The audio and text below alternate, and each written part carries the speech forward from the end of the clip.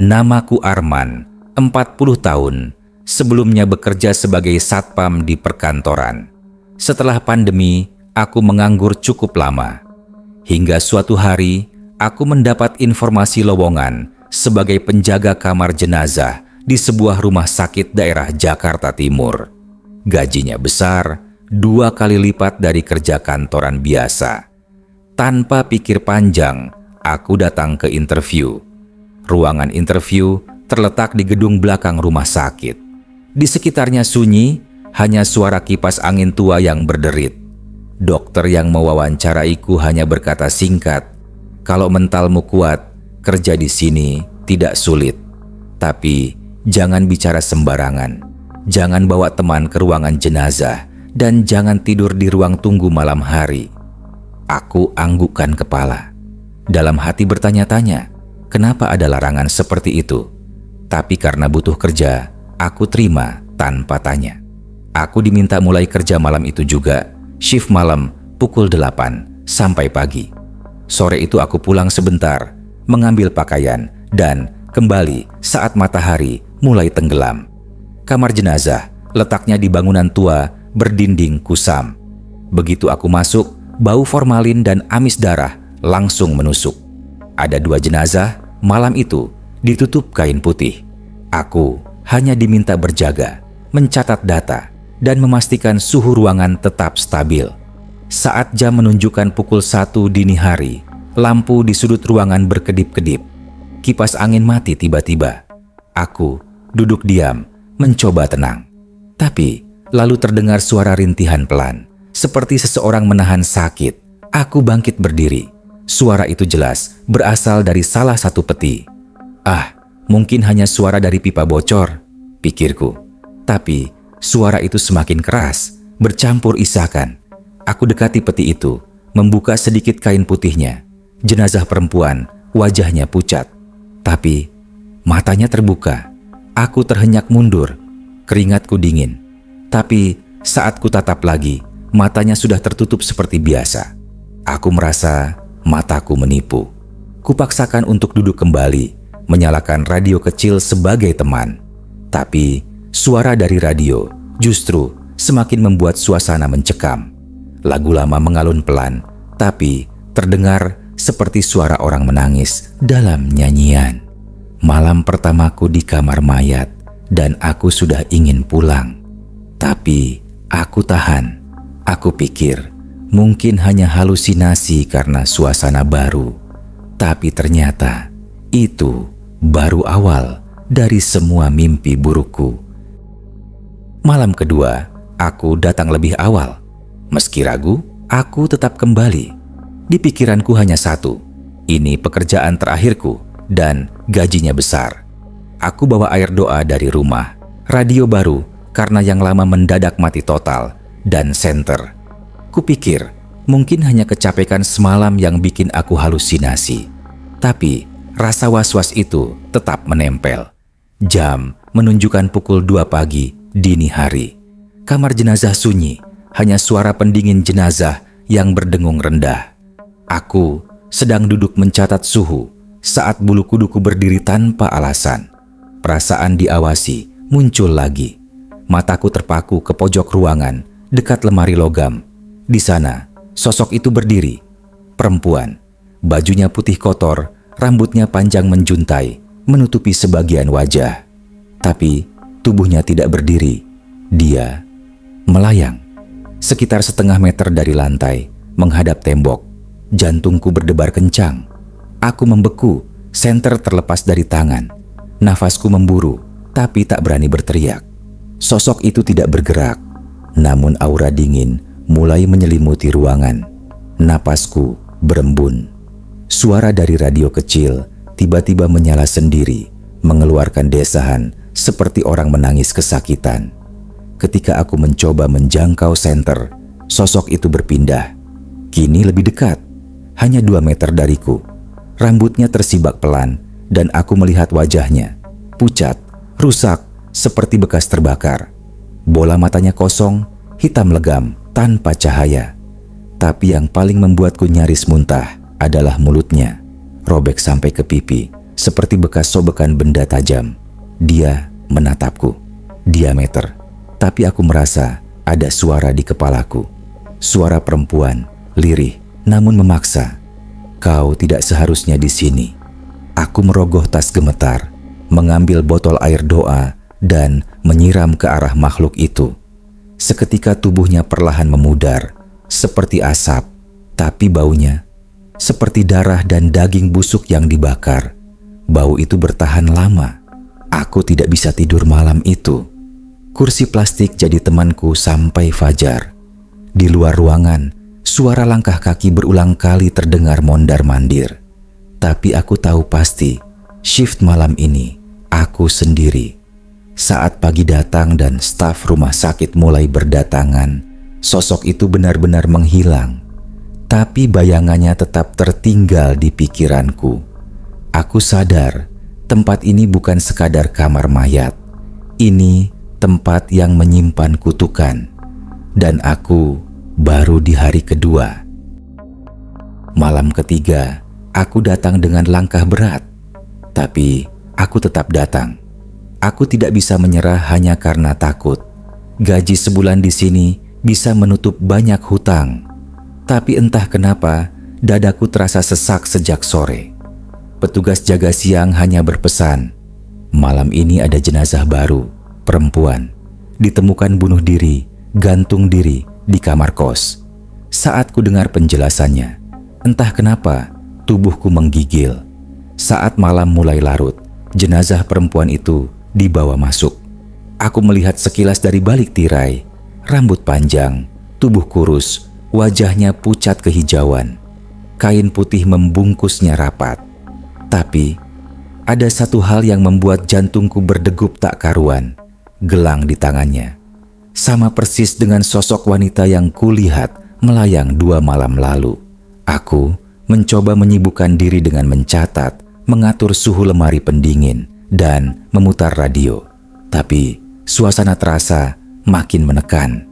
Jam 2:15 suara lirih mulai terdengar dari arah peti jenazah baru. Armaan, Armaan. Aku terperanjat. Itu suaraku. Bukan dipanggil keras, tapi seperti bisikan langsung ke otakku. Pelan, dingin, dan menakutkan. Aku mundur perlahan, tapi langkahku seperti ditahan. Kakiku berat. Kursi plastik tempat biasa aku duduk terguling sendiri. Radio kembali mati. Lampu berkedip. Dan sosok itu kembali muncul.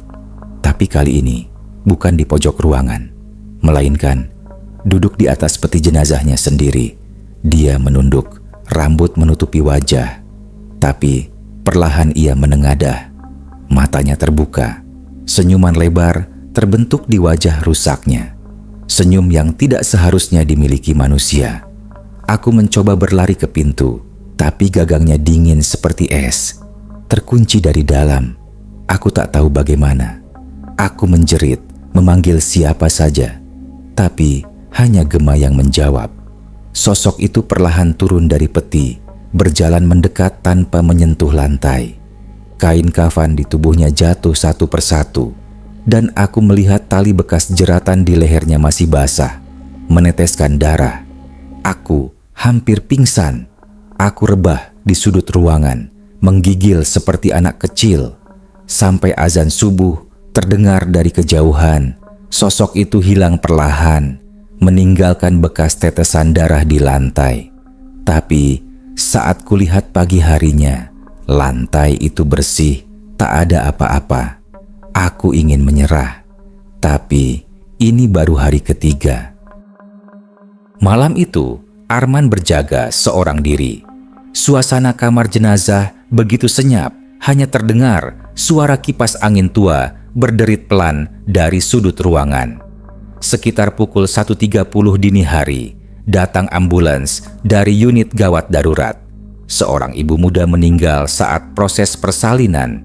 Bayinya selamat, namun ibunya tak tertolong karena pendarahan hebat. Jenazah si ibu dibaringkan di atas salah satu meja logam, ditutupi kain putih. Belum sempat Arman mendata lengkap, petugas ambulans sudah buru-buru kembali. Ia sendiri harus membersihkan tubuh almarhumah dan mengatur segala prosedur pendinginan. Namun, saat hendak membuka kain penutup jenazah, Arman merasa bulu kuduknya berdiri. Tangannya gemetar tanpa sebab. Ia menelan ludah, mencoba menenangkan diri. Saat kain tersibak, wajah jenazah itu terlihat sangat damai, bahkan nyaris seperti tersenyum. Tapi ada yang aneh. Di perut bagian bawah, sobekan besar bekas operasi tampak tidak dijahit. Seharusnya luka pasca operasi selalu dijahit rapi oleh pihak rumah sakit. Arman heran, namun pikirannya mencoba tetap logis. Mungkin prosedurnya berbeda kali ini. Ketika ia mulai membersihkan tubuh jenazah, lampu di ruangan itu tiba-tiba padam sendiri. Gelap gulita. Arman buru-buru menyalakan senter dari HP-nya. Namun, saat cahaya menyorot ke meja logam, jenazah itu sudah tidak ada. Arman terpaku, tangan dan kakinya lemas.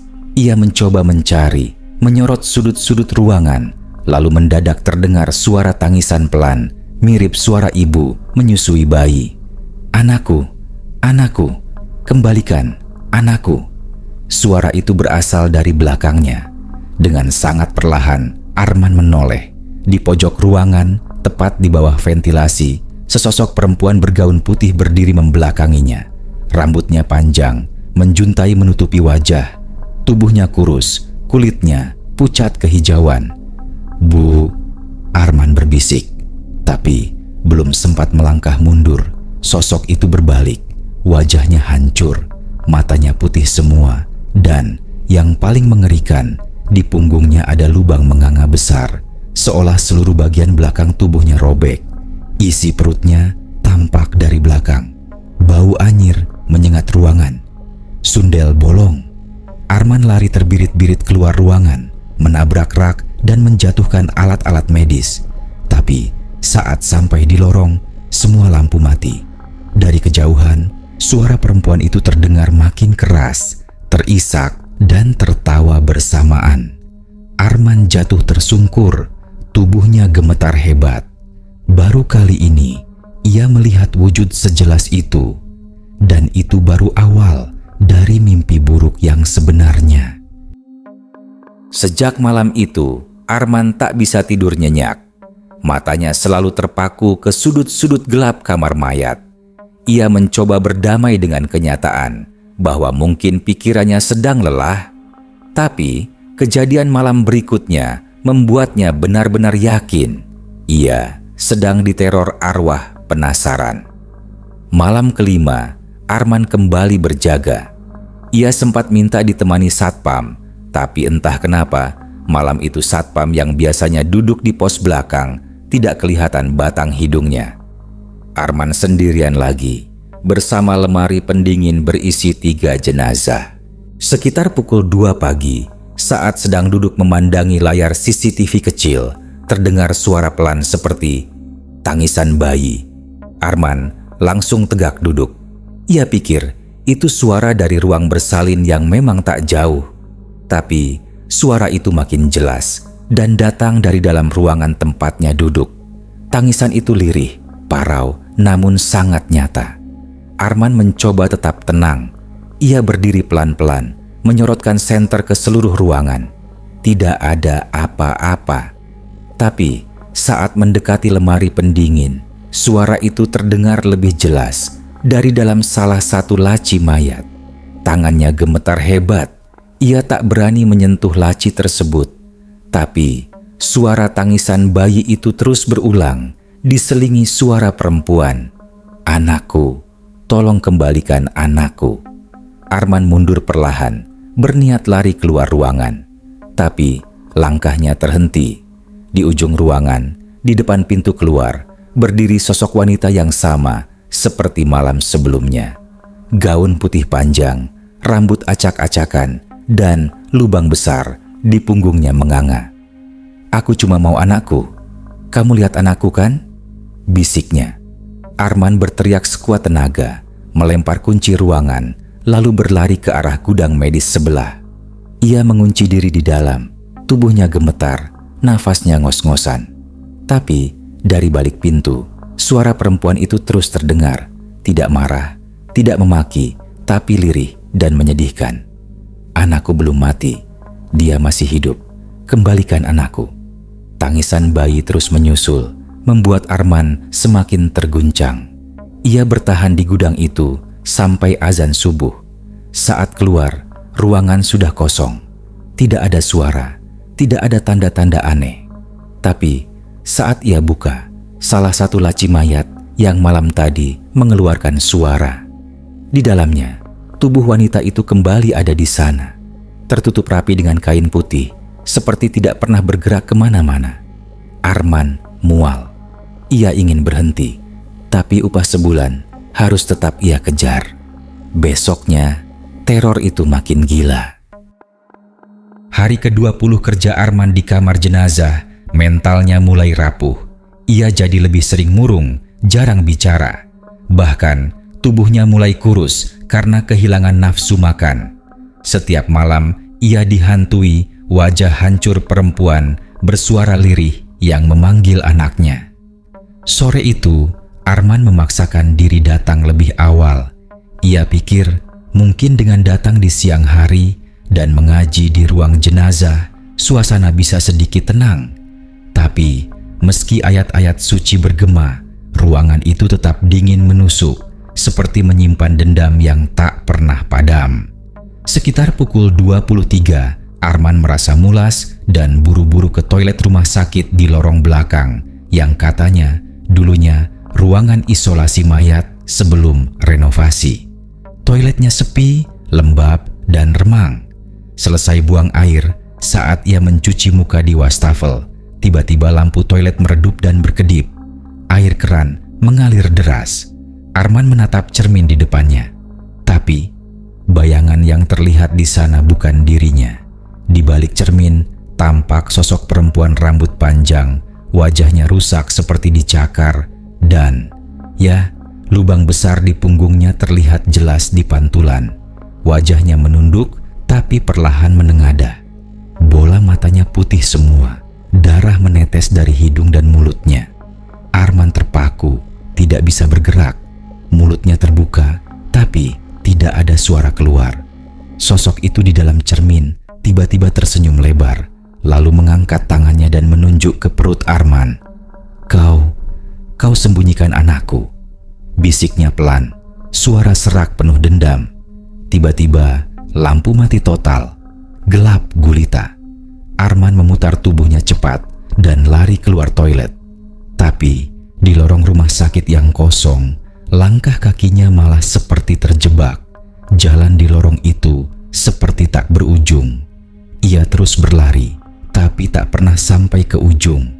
Suara tangisan bayi dan jeritan perempuan saling bersahutan dari balik dinding, seolah menghantuinya dari segala arah. Terdengar langkah kaki berlari di belakangnya. Arman tak berani menoleh, tapi ia tahu ia sedang dikejar. Sampai akhirnya pintu keluar ruangan jenazah terlihat di ujung lorong.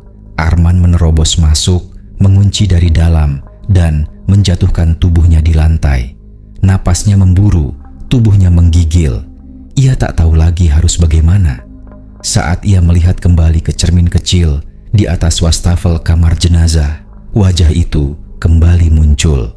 Kali ini hanya satu mata yang terlihat, menatapnya tanpa berkedip.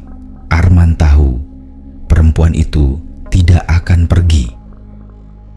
Setelah kejadian di toilet dan cermin, Arman benar-benar berada di ambang batas.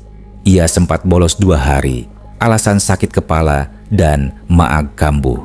Tapi dalam hati, ia cuma butuh waktu untuk menenangkan diri. Sayangnya, rasa takutnya tak kunjung reda. Bahkan, di rumah pun ia mulai mimpi buruk, melihat wanita bergaun putih memanggil-manggil dari luar jendela. Malam ke-23, Arman kembali masuk kerja dengan tubuh lesu. Ia mencoba tetap profesional. Tapi rasa was-was tak bisa dibohongi. Jam menunjukkan pukul 1.30 ketika suara tok, tok, tok terdengar dari lorong belakang kamar jenazah. seperti suara sesuatu yang melompat pelan, tapi mantap. Arman langsung menegang. Ia kenal suara itu. Dulu waktu kecil, tetangganya pernah meninggal bunuh diri dan katanya sering muncul di malam hari dalam wujud pocong. Cerita-cerita itu mengendap dalam ingatan. Tok, tok, tok, semakin dekat. Dengan jantung berpacu kencang, Arman berdiri dan mengintip ke celah pintu. Lorong gelap, hanya lampu emergensi redup yang menyala. Tapi di ujung lorong tampak sesuatu berdiri kaku. Pocong, benar-benar pocong. Kain kafan masih baru, putih bersih, tapi wajahnya rusak parah. Matanya bolong dan dari mulutnya menetes darah hitam pekat. Pocong itu tak bergerak, hanya diam, tapi seolah menatap lurus ke arah Arman. Lalu tiba-tiba, bruk! Pocong itu melompat ke depan. Suaranya keras, menghentak lorong. Arman menjerit, mundur beberapa langkah, terantuk meja kecil di belakangnya. Ia ingin kabur, tapi langkah kakinya serasa lumpuh. Tok, tok, tok. Pocong itu makin dekat. Arman nekat buka pintu belakang dan lari keluar lorong. Tapi, anehnya, lorong itu tak kunjung berakhir. Ia terus lari, pintu-pintu kamar rumah sakit semua tertutup rapat. Lorong memanjang, dingin, dan samar-samar terdengar suara azan dari kejauhan, padahal belum masuk waktu subuh. Tok, tok, tok. Arman menoleh, dan pocong itu kini melayang cepat ke arahnya, tanpa henti. Mulutnya menganga, mengeluarkan suara, "Sini, kembaliin jasadku." Arman menabrak pintu darurat dan berhasil membukanya. Ia terjatuh ke lantai dapur rumah sakit, napasnya tersengal. Satpam yang berjaga di dekat dapur kaget, segera menolong Arman. "Kamu kenapa? Mukamu pucat banget," tanya satpam itu panik. Arman tak menjawab. Matanya menatap kosong ke arah lorong yang kini terlihat normal. Tapi ia tahu sesuatu dari dunia lain benar-benar mengincarnya.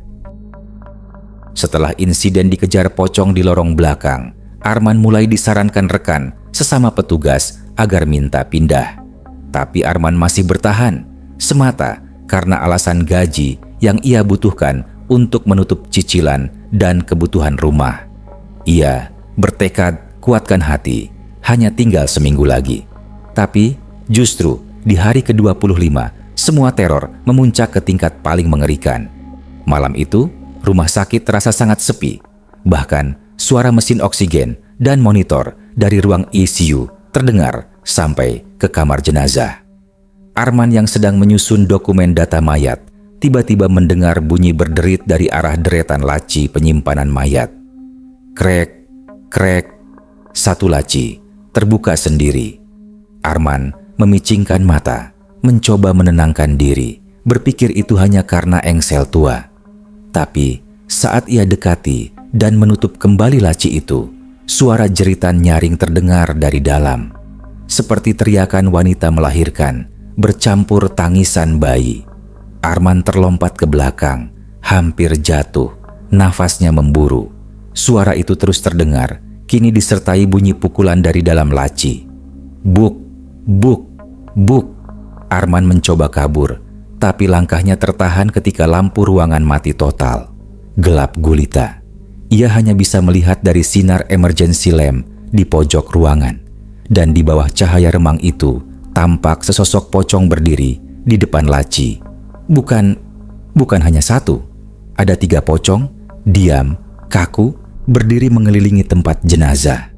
Tiba-tiba, laci yang tadi terbuka terdorong sendiri sepenuhnya, dan dari dalamnya keluar sosok wanita berdarah-darah. Lubang besar di punggungnya menganga, perutnya koyak, masih tampak tali pusar menjuntai ke lantai. Ia berjalan tertatih ke arah Arman, mata hitamnya menatap tajam. "Kau, kubur aku tanpa anakku. Di mana anakku?" teriaknya menggema ke seluruh ruangan. Saat itu, pocong-pocong yang berdiri hanya menunduk, seperti menyaksikan dengan tenang. Arman mencoba melafalkan ayat kursi, tapi lidahnya keluh. Ia menangis dalam hati, tubuhnya membeku. Wanita itu melompat dan mencekik lehernya. Arman merasa dadanya terhimpit. Seketika pandangannya gelap dan ia pingsan di tempat. Ia baru siuman subuh hari ditemukan oleh cleaning service yang hendak bersih-bersih. Arman terbaring di lantai dingin dengan bekas memar melingkar di lehernya. Kejadian malam itu jadi titik balik. Teror bukan hanya di rumah sakit. Mulai malam itu, makhluk-makhluk itu mulai mengikuti Arman ke rumah. Setelah insiden mengerikan di kamar jenazah, Arman tak lagi merasa tenang. Bahkan ketika ia pulang ke rumah, rasa takut itu terus membuntutinya. Tidur tak pernah nyenyak. Bahkan di tengah malam, ia sering terbangun karena merasa seperti ada yang mengawasinya. Setiap kali ia menutup mata, bayangan wanita berdarah itu muncul lagi, menatapnya dengan marah. Namun yang lebih buruk adalah kejadian-kejadian yang mulai terjadi di rumahnya. Pada malam ke-27, Arman baru saja pulang setelah shift malam. Ia merasa sangat lelah dan berharap bisa tidur nyenyak. Tapi saat ia membuka pintu rumah, bau busuk menyengat langsung menyeruak. Seperti bau mayat, sesuatu yang sangat menjijikkan. Arman langsung merasakan ada yang salah. Ia menutup pintu dengan cepat dan bergegas masuk ke kamar tidur. Namun begitu ia menyalakan lampu kamar, tubuhnya membeku. Semua barang di kamar berantakan, seolah ada yang mencari-cari sesuatu. Dan di tengah-tengah kamar terdapat sebuah boneka besar yang dulu pernah dimiliki oleh adiknya. Padahal boneka itu sudah lama tidak ada di sana. Boneka itu kini tampak kotor, matanya terbelalak dan bajunya penuh darah. Arman hampir pingsan. Ia berlari keluar kamar, tapi suara tangisan bayi tiba-tiba terdengar sangat keras dari ruang tamu. Ia mencoba berlari menghindar, namun langkahnya terhenti di tengah jalan. Di pintu depan rumah ada sosok wanita yang sama, berwajah hancur, perutnya robek, dan darah menetes di lantai. Dengan suara terengah, wanita itu berkata, "Kembalikan anakku." Suaranya nyaring, memekakan telinga. Arman mencoba kabur, tapi tubuhnya terasa berat. Ia merasa ada sesuatu yang menahan setiap langkahnya. Saat itu, ia merasa punggungnya seperti ditekan, nafasnya sesak. Ia berusaha menjerit, tetapi hanya keluar suara pelan. Saat ia berbalik, sosok itu berdiri tepat di belakangnya. Semakin mendekat, semakin jelas, semakin terasa menyeramkan. Tak tahan, Arman terjatuh. Suara wanita itu semakin dekat, tapi tiba-tiba semuanya berhenti. Suasana hening, hanya ada suara detak jantung Arman yang cepat. Namun, sesuatu lebih buruk terjadi. Ia merasa seperti ada yang menariknya dari dalam rumah. Matanya yang terbuka lebar melihat bayangan gelap bergerak di antara dinding. Pocong-pocong itu kembali muncul, mengelilinginya. Arman berusaha menahan diri, berpikir untuk segera kabur keluar rumah.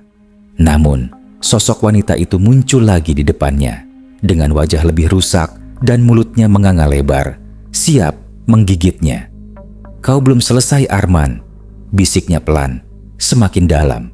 Teror itu tak hanya berhenti di rumah. Arman merasa seperti hidup dalam mimpi buruk tanpa akhir. Dan bahkan lebih mengerikan lagi, makhluk-makhluk itu tahu dia hanya tinggal 1 hari lagi untuk menyelesaikan 1 bulan penuh bekerja. Hari itu, tepat sebulan Arman bekerja sebagai penjaga kamar jenazah di rumah sakit daerah itu. Tubuhnya sudah tak karuan, kurus, lesu, mata cekung, seperti kurang tidur berhari-hari. Tapi dia memaksa untuk menyelesaikan hari terakhirnya. Bukan karena semangat, tapi semata-mata agar bisa menerima gaji penuh. Setelah itu, tak peduli mau dibilang penakut atau lemah, dia tidak akan pernah kembali lagi ke tempat itu. Pagi hari, setelah shift malam yang panjang dan mencekam, Arman duduk di ruang istirahat dengan wajah kosong. Salah satu rekan medis sempat menegurnya karena wajahnya pucat pasi. "Lu kenapa, Man? Sakit?" Arman cuma mengangguk pelan. Ia tidak bercerita apapun karena sudah ia coba sebelumnya dan tak ada satupun yang percaya bahwa selama sebulan terakhir ia hidup berdampingan dengan suara-suara gaib, penampakan wanita hancur, sundal bolong, sampai pocong yang mengejar di lorong. Semua mengira Arman hanya terlalu stres. Sorenya, setelah menyelesaikan administrasi dan menerima slip gaji pertamanya, Arman langsung naik ojek dan pulang ke kosannya. Tidak sekalipun ia menoleh ke belakang. Ia bahkan menolak ajakan makan dari salah satu staf rumah sakit yang ingin merayakan gajian bersama. Sesampainya di kos, Arman hanya berbaring. Tapi bukan untuk tidur. Ia merenung keras. Apakah pengalaman ini akan berhenti jika ia tidak lagi bekerja di sana? Apakah teror yang merambat ke rumah, suara anak kecil menangis di pojok kamar, lemari yang bergoyang sendiri tengah malam, atau suara langkah kaki dari atap akan ikut menghilang juga? Keesokan harinya, dengan sisa tenaga yang ia miliki, Arman menulis surat pengunduran diri. Bukan melalui email, tapi ditulis tangan. Lalu ia antar langsung ke HRD rumah sakit. Ketika HRD bertanya alasannya, Arman hanya berkata singkat, "Saya tidak sanggup lagi, bukan karena pekerjaan, tapi karena yang tidak kelihatan." HRD sempat mengerutkan dahi, tapi tidak memaksa. Mereka sudah sering kehilangan karyawan yang hanya bertahan seminggu, 2 minggu. Arman justru dianggap hebat karena bisa bertahan 1 bulan penuh. Setelah resmi keluar, Arman pindah kos ke daerah yang lebih jauh, lebih ramai. Ia memutus semua kontak dengan orang-orang di rumah sakit. Ia memilih jadi tukang cuci motor di dekat terminal. Meski penghasilannya tidak seberapa, hidupnya jauh lebih tenang. Tak ada lagi suara aneh, tak ada bayangan hitam berdiri di pojok ruangan, tak ada lagi mimpi buruk. Namun, setiap malam Jumat, Arman masih sering terbangun dengan dada sesak, seolah ada yang berdiri di atas tubuhnya. Ia tak tahu apakah itu trauma atau pertanda bahwa ia belum sepenuhnya bebas dari apa yang menemaninya selama sebulan penuh di kamar jenazah itu.